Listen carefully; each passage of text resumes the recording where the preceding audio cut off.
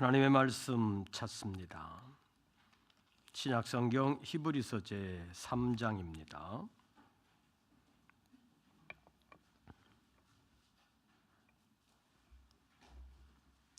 히브리서 제 3장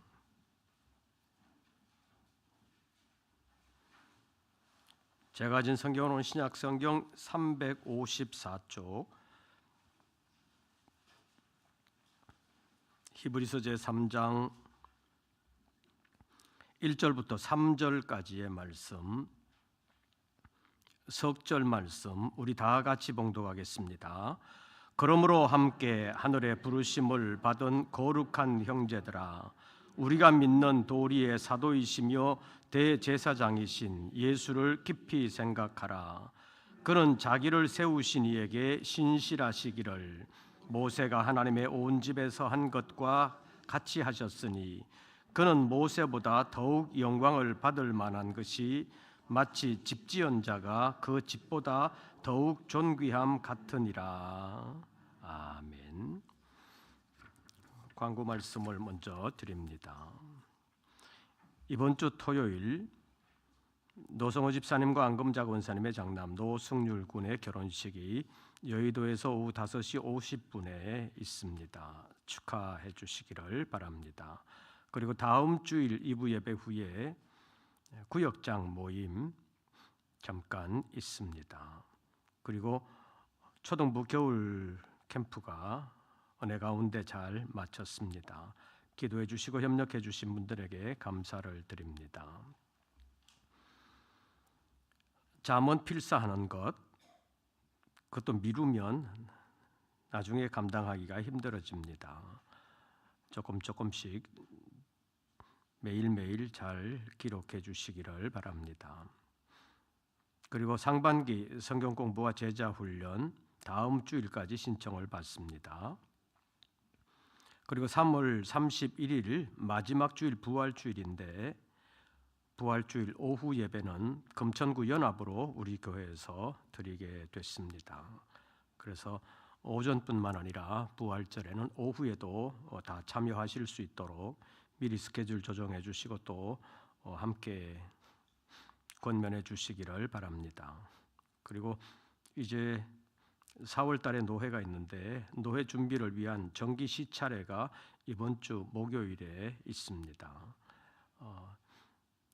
이번 정기노회도 은혜 가운데 잘 마칠 수 있도록 기도해 주시기를 바랍니다.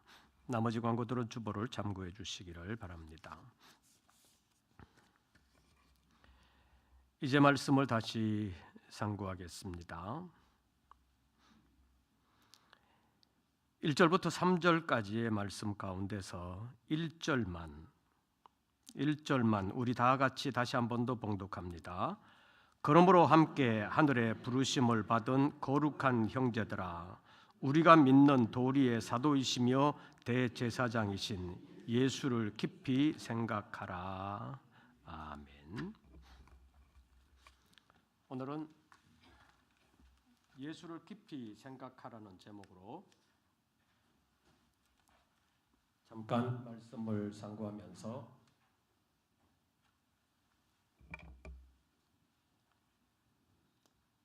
부제라고 한다면 우리의 믿는 도리의 사도이신 예수 그리스도라고 말할 수 있습니다.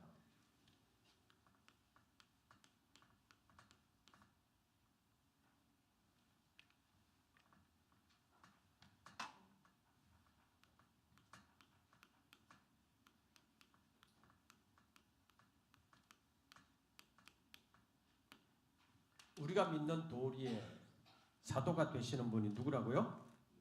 예수 그리스도라고 말씀하고 있습니다. 우리는 지금 사순절을 보내면서 우리의 믿음을 점검하고 우리의 믿음을 바르게 세우려고 노력하고 있습니다.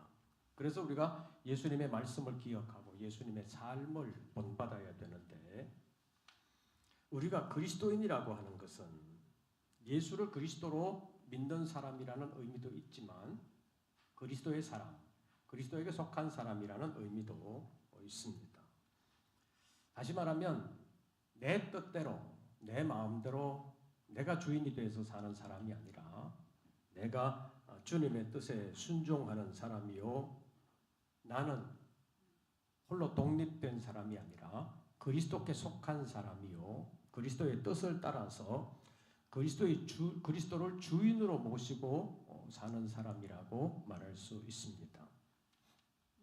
가끔 말씀드렸지만 성경에서 주라는 말, 이 주라는 말이 한자로 보면 이렇게 되어 있는데, 예수님을 주라고 고백한다는 것은 지금은 실감이 안 나지만 예수님은 나의 주인이시다, 나의 선생님이시다, 또는 나의 아버지시다, 이런 뜻으로 주라고 표현한다는 것입니다. 그러니까 아무나 주라고 표현하는 것이 아니라 예수님을 완전히 이 위치에 갖다 놓을 때 비로소 예수님을 주라고 고백할 수 있다는 것입니다. 왜 실감이 안 나느냐 하면 지금은 종이라는 제도가 없잖아요. 우리나라에서 이제 종이라는 제도가 없어진 지가 100년이 넘어가 가는데, 옛날에 종이 있을 때는 종은 늙어도 종이고, 종의 아들은 태어나면 종이고, 종의 신분을 벗어날 수가 없어요. 그러니까 아무리 늙은 종이라도, 또 똑똑한 종이요, 힘이 있는 종이라 할지라도 어린 주인에게 어떻게 해야 돼요? 주인으로 섬겨야 되잖아요. 아무리 어려도, 힘이 약해도 나의 주인이다. 그래서 옛날 종들은 자기 체면, 자기 자존심 이런 거 없어요. 주인에게는 무조건 순종하는 것입니다. 예수님을 나의 주로 고백한다는 것은 그런 의미가 있습니다. 내 생각대로가 아니라 무조건 순종하겠습니다. 그런 의미를 담고 예수를 주라고 고백할 수 있다고 볼 수 있는데, 예수님을 그리스도로 고백한다는 것, 사도행전 11장에 있는 말씀을 보면 안디옥 교회에서 예수 믿는 사람들이 처음으로 뭐라고 일컬음을 받았어요? 처음으로 그리스도인이라는 일컬음을 받았습니다.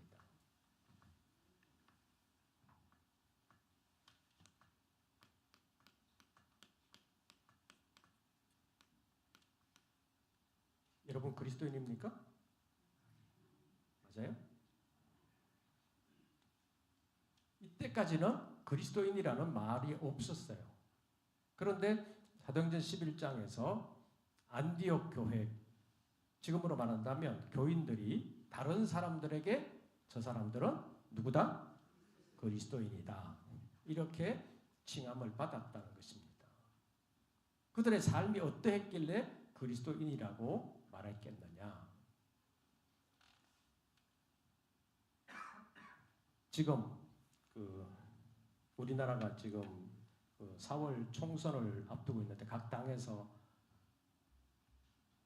공천 받는 것 때문에 신경을 굉장히 많이 쓰고 있죠. 여러분들 휴대폰에도 어쩌면 매일 공천과 관련해서 여론조사 이런 것 때문에 문자가 오는지 모르겠습니다. 제 휴대폰에도 여러 후보들의 문자가 와요. 뭐 이런 번호로 갈 텐데 어떻게 좀 해주십시오. 뭐 그런 얘기들, 그리고 자기를 어떻게 지지해 달라는 그런 문자들이 계속 오고 있습니다. 그런데 이제 민주당의 경우를 보면 친명, 비명 뭐 이런 말들 여러분들 들어보셨죠? 친명이라는 것은 뭐예요? 흔히 말하는 이재명 대표와 친한 사람들, 어쩌면 이재명 대표를 위해서 정치 활동을 하는 사람들, 이런 사람들을 친명이라는 말로 표현합니다.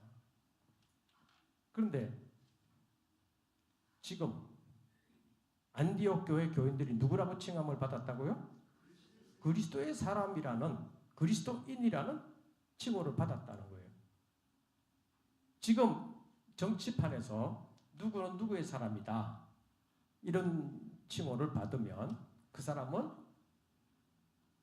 자기 마음대로 사는 사람이 아니라 누구의 사람이라고 하는 그 누구를 위해서 살아가는 사람이다. 정치 생명은 그 누구와 함께하는 사람이다. 또는 정치적으로 그 사람과 뜻을 같이 하는 사람이다. 이런 의미를 담고 있기 때문에 누구는 누구의 사람이다. 이렇게 표현하잖아요. 그런데 안디옥 교회에서 믿는 사람들을 누구라고 불렀다고요? 그리스도인이라고 불렀다는 것은 지금까지의 생활하고는 달랐다는 거예요. 누구를 따르는 사람? 그리스도를 따르는 사람. 살아가는 모습을 보니까 다른 사람하고 완전히 달랐다는 거예요. 그리스도를 따라가는 사람. 심하게 말하면 이 사람들은 그리스도의 종. 그리스도께서 말씀하시면 무조건 순종하는 사람. 세속적인 자기 욕심을 따라서 사는 사람이 아니라 그리스도를 따라 그리스도의 뜻을 이루려고 살아가는 사람들이다. 다른 사람의 눈에 비칠 때 이렇게 비쳤다는 거예요. 그래서 누구라? 그리스도인이라 이렇게 불렀다는 것입니다. 처음으로 안디옥 교회 성도들이 그리스도인이라는 칭호를 받게 된 것입니다.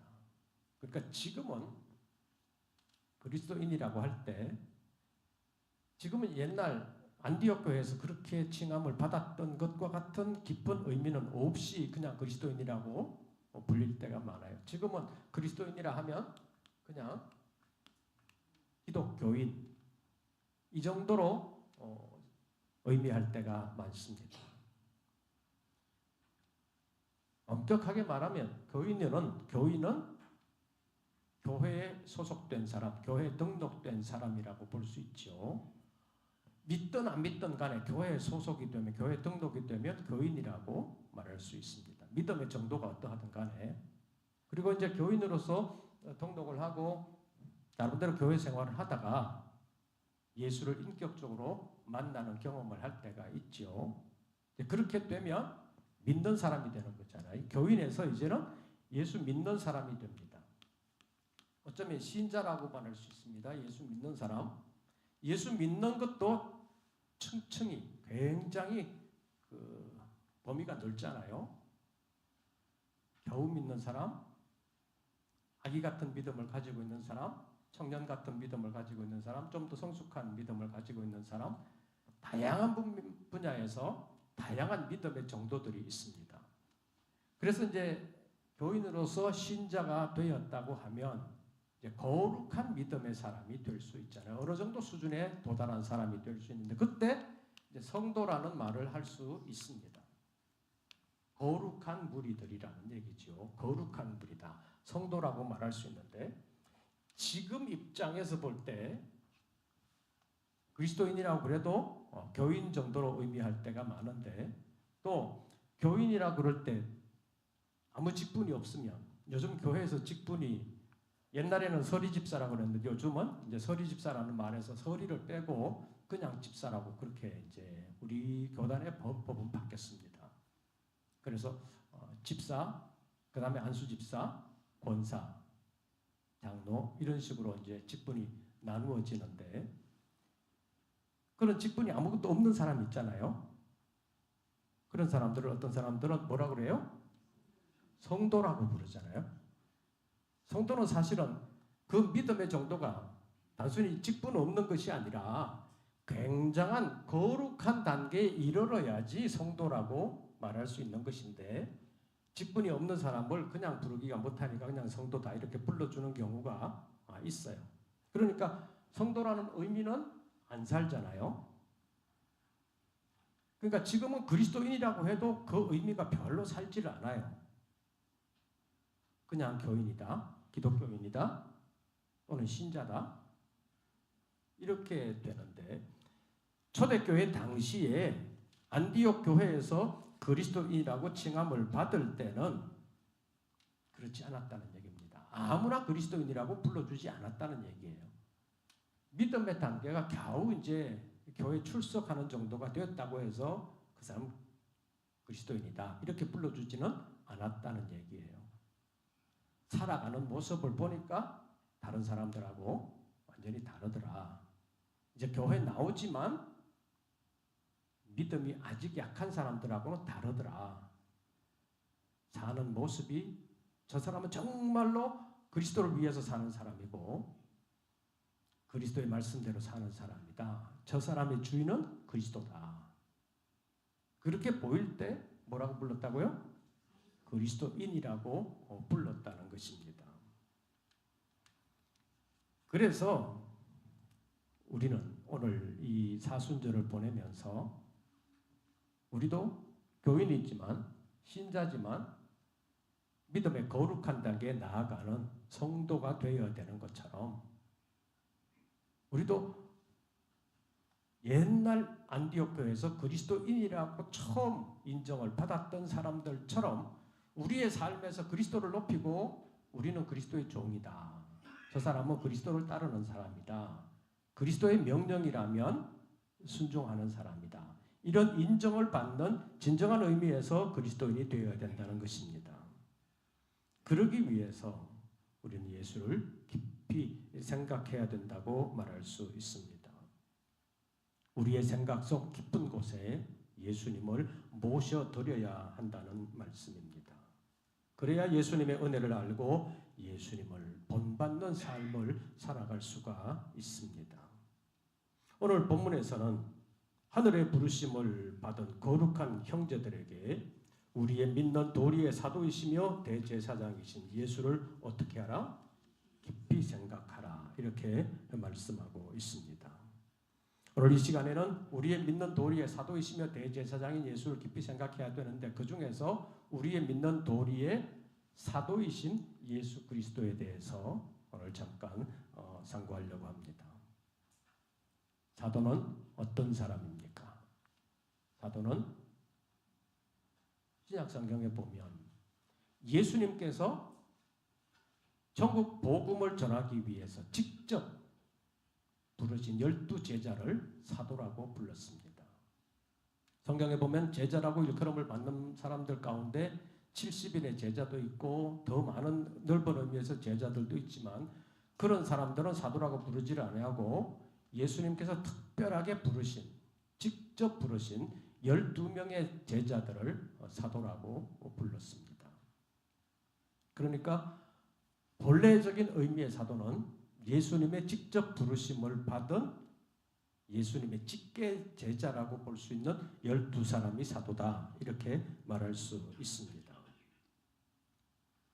그런데 사도행전 1장에 보면 가룟 유다가 예수님 배신한 것 때문에 양심의 가책을 느껴서 자살하게 됐죠. 그래서 12명의 사도들이 있었는데 한 명이 가고 나니까 어떻게 됐어요? 11명이 됐잖아요. 근데 11명이 됐으니까 그냥 11명으로 사지 이럴 수도 있는데 사도들이 한자리에 모였습니다. 가룟 유다가 그렇게 갔으니까 한 사람을 보충하자. 그러면서 어떤 사람으로 사도를 삼아야 되느냐 그것을 사도행전 1장에서 분명하게 밝히고 있습니다. 한번 찾아보시죠. 사도행전 제1장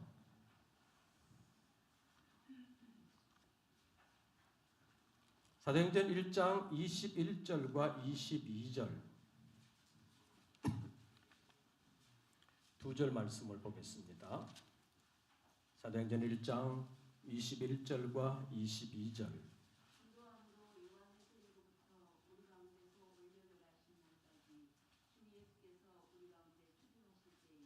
(22절) 우리 다 같이 읽습니다. 항상 우리와 함께 다니던 사람 중에 하나를 세워 우리와 더불어 예수께서 부활하심을 증언할 사람이 되게 하여야 하리라. 이 말씀에 보면 가룟 유다가 떠나고 난 후에 11명이 됐을 때 한 사람을 보충하려고 했는데 아무나 뽑는 것이 아니라 어떤 사람 중에 요한의 세례로부터 우리 가운데서 올려져 가신 날까지 주 예수께서 우리 가운데 출입하실 때에 항상 우리와 함께 다니던 사람 중에 하나, 쉽게 말하면 이런 거예요. 예수님께서 공생애를 진행하시는 동안 항상 예수님과 뭐하는 사람? 함께 다니던 사람 중에서 하나를 세우자. 그러니까 그게 사도의 조건이에요. 쉽게 말하면 예수님과 직접 신앙적인 교제를 나누면서 예수님의 가르침을 받았던 사람 가운데 한 사람을 뽑자. 그리고 22절에 있는 말씀을 보면 항상 우리와 함께 다니던 사람 중에 하나를 세워서 우리와 더불어 뭐를 증언할 사람? 예수께서 부활하심을 증언할 사람이 되게 하여야 하리라. 이렇게 말씀하고 있습니다. 그러니까 사도라는 것이 아까도 말씀드린 것처럼 처음에는 예수님께서 직접 부르신 12명의 제자들을 사도라고 불렀고 그들에게 천국 복음을 전하는 일을 맡기셨습니다. 그래서 예수님께서 직접 천국 복음을 제자들에게 설명하시고 또 천국 복음의 역사를 여러 가지 기적의 역사를 통해서 보여주시고 제자들을 보내시잖아요. 전도 여행을 보내시면서 이제 제자들이 가서 예수님께서 전하시고 행하셨던 것과 같은 천국 복음 전파와 여러 가지 능력을 행하게 하셨습니다. 그래서 사도들이 주님의 보내심을 받고 갔을 때 그들을 사도다 그렇게 불렀다는 것입니다. 그러니까 사도들의 직무는 예수님으로부터 배운 바 천국 복음을 입으로 전할 뿐만 아니라 삶으로 보이고 또 능력과 함께 하나님의 영광을 나타내는 것이 사도들이 하는 일이었습니다. 그런데 사도행전 1장으로 넘어오면서 이제는 사도들의 직무가 조금 달라진 것처럼 보입니다. 22절 다시 보시죠.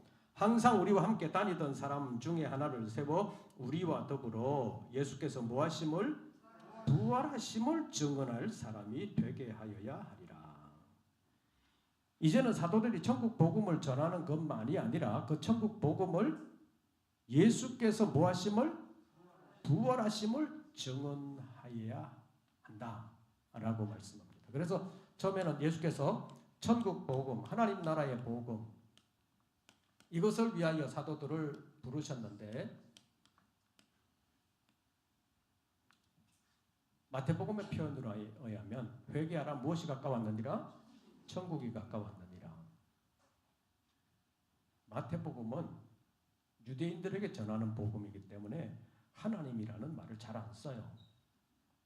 왜냐하면 성경에 하나님의 이름을 망령되이 긋지 말라는 표현이 있잖아요. 그 하나님이라는 그 단어가 나오면 바짝 긴장이 되는 거예요. 긴장하면 실수가 많잖아요.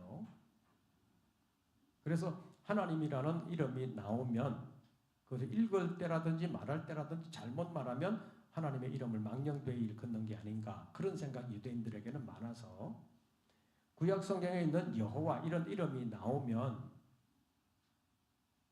진짜 신경 많이 썼어요. 근데 신경 많이 쓰면 실수를 잘하는 것처럼 그러다 보니까 나중에는 아예 여호와라는 이름 단어가 딱 나오면 아예 다른 걸로 바꾸어서 읽게 됐습니다. 그래서 주라는 아까 주라는 말, 여호와라는 말만 나오면 주라는 말로 바꾸어서 주 이렇게 불렀다는 것입니다. 유대인들은 그 정도로 하나님의 이름을 부르기를 힘들어했습니다. 그래서 하나님의 복음, 하나님 나라의 복음을 천국 복음이다 이렇게 불렀다는 것입니다. 그런데 마가복음에 있는 말씀을 보면 하나님의 복음, 하나님 나라의 복음이라는 말을 씁니다. 그러니까 자꾸 하나님의 나라가 가까이 왔으니 회개하고 복음을 믿어라. 이게 하나님의 나라라고 직접 얘기를 해요.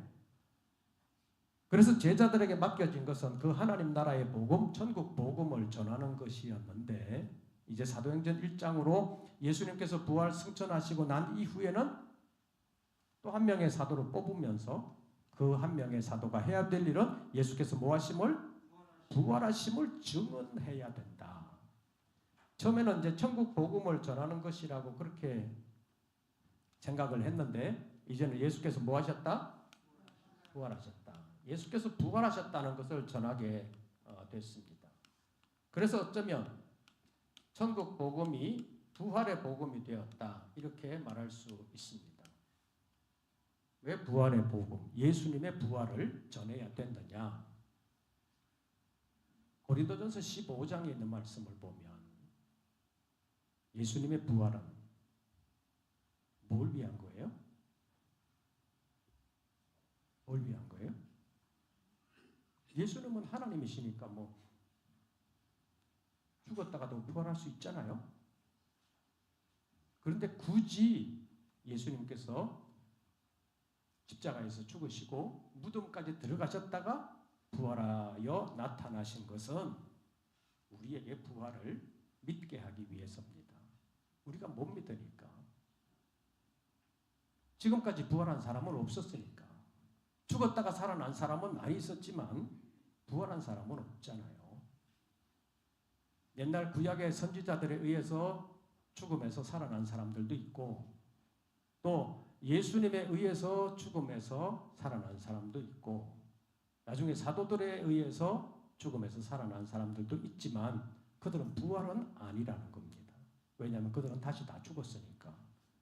그러니까 기존의 역사상 한 사람도 부활한 사람이 없는데 예수님께서 부활하셨다는 것은 그동안 한 번도 없었던 일을 통해서 예수님께서 이렇게 부활한다라는 사실을 직접적으로 보여주셨다는 것인데 그 부활은 우리의 부활이 나중에 있다라는 것을 믿게 하기 위해서라고 말할 수 있습니다.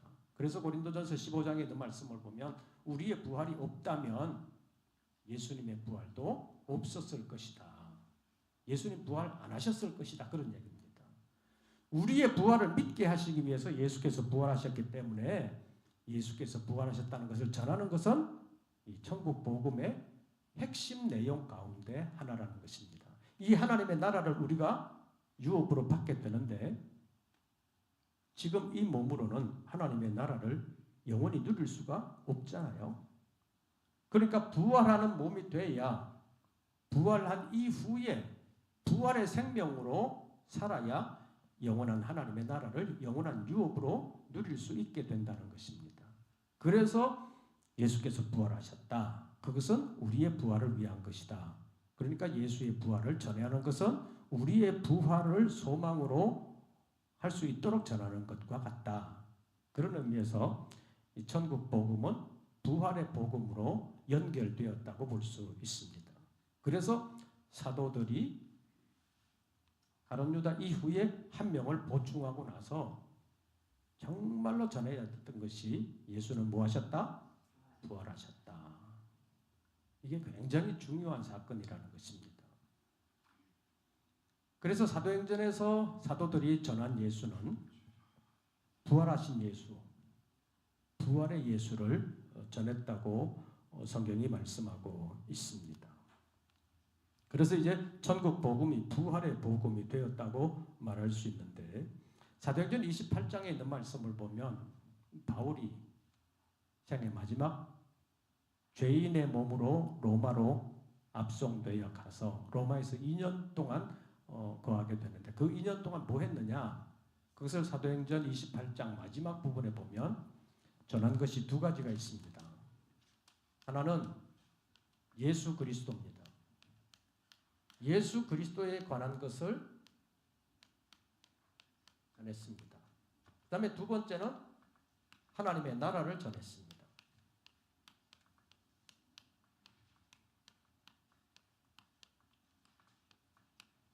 사도 바울이 전한 두 가지가 이것이었습니다. 그런데 사도 바울이 예수 그리스도를 전했다고 말씀하고 있는데 사도 바울에게 있어서 예수 그리스도는 누구냐? 예수는 누구냐? 사도행전 9장에서 부활하신 예수님을 만나기 전까지는 바울에게 있어서 예수는 그냥 나사렛 예수예요. 나사렛에서 난 예수라는 사람이 선지자라고 정도는 이해할 수 있겠다. 그러나 더 이상은 이해하지 못하겠다는 것이 부활하신 예수님을 만나기 전에 사도 바울의 입장이었다고 볼 수 있습니다. 조금 더 나쁘게 말하면 예수님의 부활 이후에는 자기는 부활을 못 믿겠는데 사람들이 예수님의 부활을 믿는다고 말하고 예수님의 부활을 전하고 있으니까 자기는 이해할 수가 없는 거예요. 그래서 다른 사람들이 말하는 것을 들으면서 나사렛 예수는 이단의 괴수 정도다. 이렇게까지 악화가 됐다고 말할 수 있습니다. 그런데 나중에 그 바울이 다메섹으로 예수 믿는 사람들을 잡으러 가다가 부활하신 예수님을 만나게 되면서 부정할 수가 없잖아요. 예수님이 딱 나타나셨으니까, 앞에서 나타나셨으니까 부정할 수가 없어서 예수는 그냥 나사렛 예수가 아니라 그동안 성경이 예언하고 있는 그리스도다. 그리고 예수는 베드로가 고백했던 것처럼 살아계신 하나님의 아들이다. 이렇게 고백하고 전하게 됐습니다.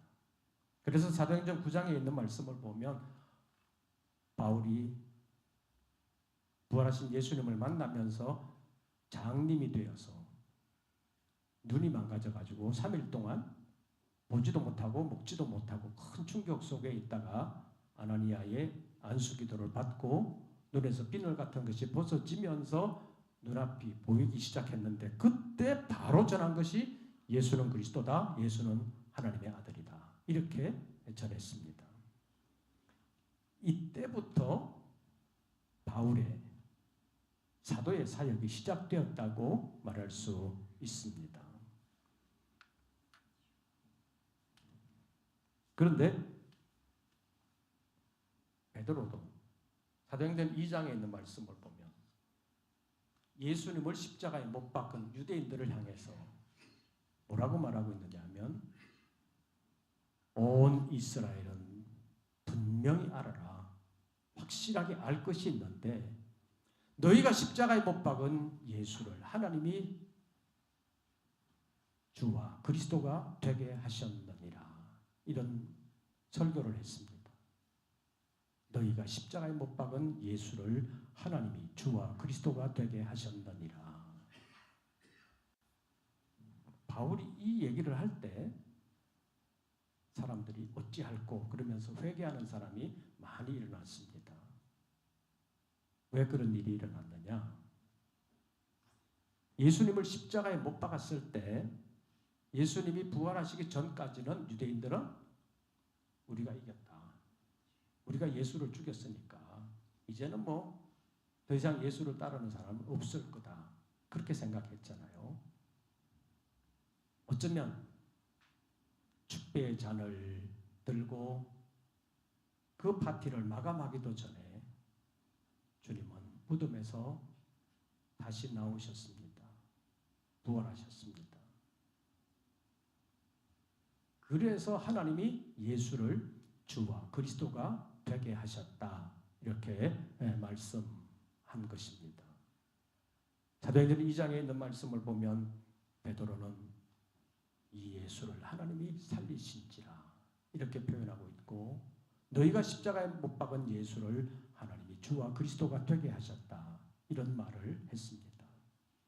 이 두 구절을 종합해서 말하면 너희가 죽인 예수 그리스도는 죽음으로 끝난 것이 아니다. 하나님이 다시 살리셔서 그를 주와 그리스도가 되게 하셨다라고 말하는 것입니다. 그 유대인들에게 너희가 예수를 십자가에 못 박았지? 너희가 승리한 줄 아냐? 예수는 다시 살아나셨다. 그래서 예수는 이제는 십자가에 죽은 예수가 아니라 뭐 하신 예수? 부활하신 예수다. 우리가 이 일의 증인으로다. 한두 사람이 아니라 많은 사람들이 예수 그리스도의 부활의 증인이다. 더 이상 할 말 있냐? 그런 식으로 도전적으로 말하는 것이 너희가 죽인 예수를 하나님이 주와 그리스도가 되게 하셨다는 말입니다. 그만큼 바울은 예수 그리스도의 부활을 베드로는 예수 그리스도의 부활을 전하면서 하나님의 승리를 선언한 것입니다. 부활의 복음을 전하는 것 사도들의 직무라고 말할 수 있습니다.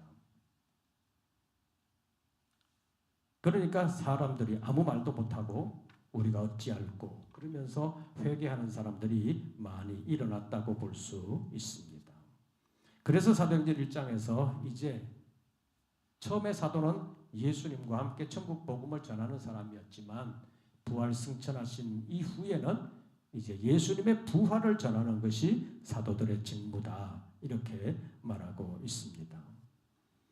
이것을 위해서 오늘 본문 1절에서는 우리의 믿는 도리에 누구신? 사도이신 예수 그리스도를 깊이 생각하라고 말씀하고 있습니다. 이 말씀은 다른 사도들처럼 천국 복음을 전해받아가지고 가르침을 받아가지고 대신 전하는 사람이다. 그 정도가 아니라 예수님은 천국 복음 말씀 자체이시잖아요. 그래서 요한복음 1장에 있는 말씀을 보면 태초에 무엇이 계시니라? 말씀이 계시니라. 이 말씀이 하나님과 함께 계셨으니 이 말씀은 곧 하나님이시니라. 그리고 18절로 내려가면 이 말씀이 육신이 되어 우리 가운데 거하셨다. 그가 바로 독생하신 예수 그리스도시다. 이것을 말씀하고 있습니다. 그럼에도 불구하고 요한복음 7장에 보면 예수님께서는 내 교훈은 내 것이 아니라 나를 보내신 이의 것이다. 나는 내 자유로 말하는 것이 아니라 나를 보내신 이의 뜻을 전하는 것이고 내 삶은 나를 보내신 이의 말씀을 이루는 것이다. 라는 것을 곳곳에서 말씀하셨습니다. 이 말씀은 다른 사도들처럼 예수님도 하나님의 말씀을 받아서 전하는 사람이다. 그런 의미가 아니라 예수님이 전하시는 말씀은 아버지 하나님의 뜻과 완벽하게 일치하는 것이다. 그것을 보여주시는 말씀입니다. 그리고 요한복음 제5장에 있는 말씀을 보면 너희가 성경에서 영생을 얻는 줄 생각하고 성경을 상고하거니와 이 성경은 곧 내게 대하여 증언하는 것이다. 예수 그리스도에 대하여 증언하는 것이라고 말씀하고 있습니다. 또 예수 그리스도는 나중에 부활의 주체가 되셔서 무덤에 있는 자들을 예수께서 불러내시고 어떤 이에게는 생명의 부활로 어떤 이에게는 심판의 부활로 나오게 하시는 일도 아들이신 예수께서 하시는 일입니다. 또 심판하는 권세도 하나님께서 아들에게 맡기셨다고 성경은 말씀하고 있습니다. 그래서 예수 그리스도는 다른 사도들과는 다릅니다. 그럼에도 불구하고 오늘 본문에서 우리의 믿는 도리에 누구시라고요? 사도시라고 말씀하고 있습니다. 히브리서 10장 7절 말씀에 보면 하나님이여 보시옵소서 두루마리 책에 나를 가리켜 기록된 것과 같이 아버지의 뜻을 행하러 왔나이다. 예수님은 아버지의 뜻을 전하는 것만이 아니라 행하시는 분으로서 이 땅에 오셨기 때문에 오늘 본문 1절에서 우리의 믿는 도리의 사도시라고 말하는 이 예수 그리스도의 사도는 모든 사도 중에 사도요 모든 사도들의 사도라고 말할 수 있습니다. 예수 그리스도는 천국 복음을 전하시기 위하여 오셨을 뿐만 아니라 성경 예언의 말씀을 이루기 위해서 오셨습니다. 그래서 우리의 믿는 도리의 사도시라고 말하는 이 사도이신 예수 그리스도는 다른 사도들과는 근본적으로 다른 분입니다.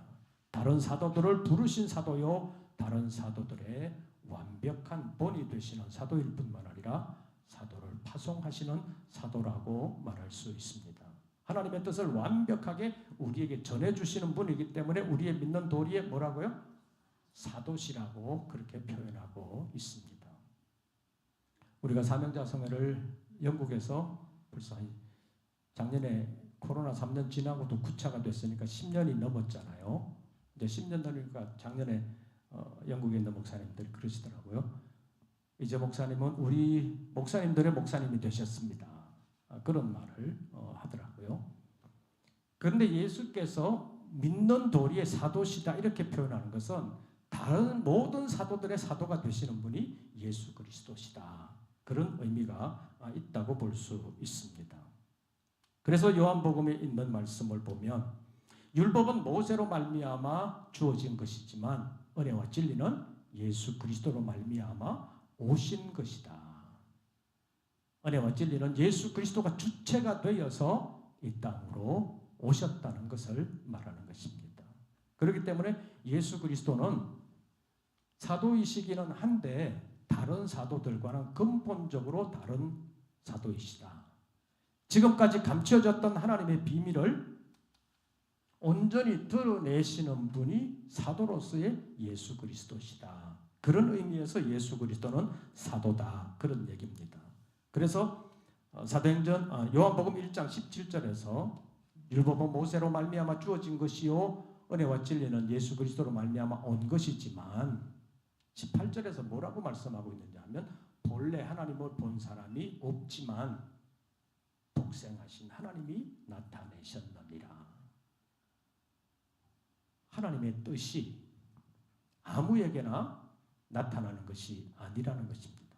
하나님을 본 사람이 없기 때문에 직접적으로 하나님께 받는 사람, 온전히 받은 사람은 없다는 것입니다. 일부분을 하나님께서 직접 부르시면서 선지자로 사도로 맡기기는 하셨지만 하나님과 함께 계셨고 하나님의 모든 것을 보신 분은 예수 그리스도시다. 그래서 독생하신 독생자 예수 그리스도께서 하나님을 우리에게 나타내셨다. 그런 의미에서 예수 그리스도는 믿는 도리에 우리의 믿는 도리에 누구시다? 사도시다. 이렇게 말씀하고 있습니다. 그래서 누구도 나타낼 수 없는 하나님의 뜻을 완벽하게 그리고 우리의 구원을 위하여는 완전하게 나타내신 사도가 바로 예수 그리스도시다. 그래서 예수 그리스도는 우리의 믿는 도리에 누구시다? 사도시다. 그 사도로서의 예수 그리스도께서 성경을 통해서 하나님의 뜻을 우리에게 전해주셨습니다. 그래서 성경에 있는 것을 우리가 제대로 알면, 바르게 알면 우리의 구원을 위해서 필요한 모든 것은 거기에 있다는 것입니다. 다른 것을 알 필요가 없습니다. 그래서 우리의 지적 호기심이 이단들이 자꾸 빗나간 방향으로 호기심을 자극하면서 이단화 만들어 가는데 우리가 다른데 그런 호기심을 가질 것이 아니라 우리의 믿는 도리의 사도가 되신 예수 그리스도께서 성경을 통해서 우리의 구원을 위한 필요한 모든 것은 다 계시해 주셨다. 그리스도가 우리의 믿는 도리의 사도시다. 성경이 예수 그리스도를 증언하고 있다. 그러니까 우리의 믿는 도리의 사도께서 성경을 통해서 우리에 가르쳐 주시는 것만 알면 우리 구원받는데 부족함은 없다. 그 사실을 알고 우리가 성경을 바로 알고 성경을 통해서 하나님의 뜻을 분별하면서 좀 더 하나님께로 가까이 나아가면서 주님을 닮아가는 이 사순절 되시기를 주의 이름으로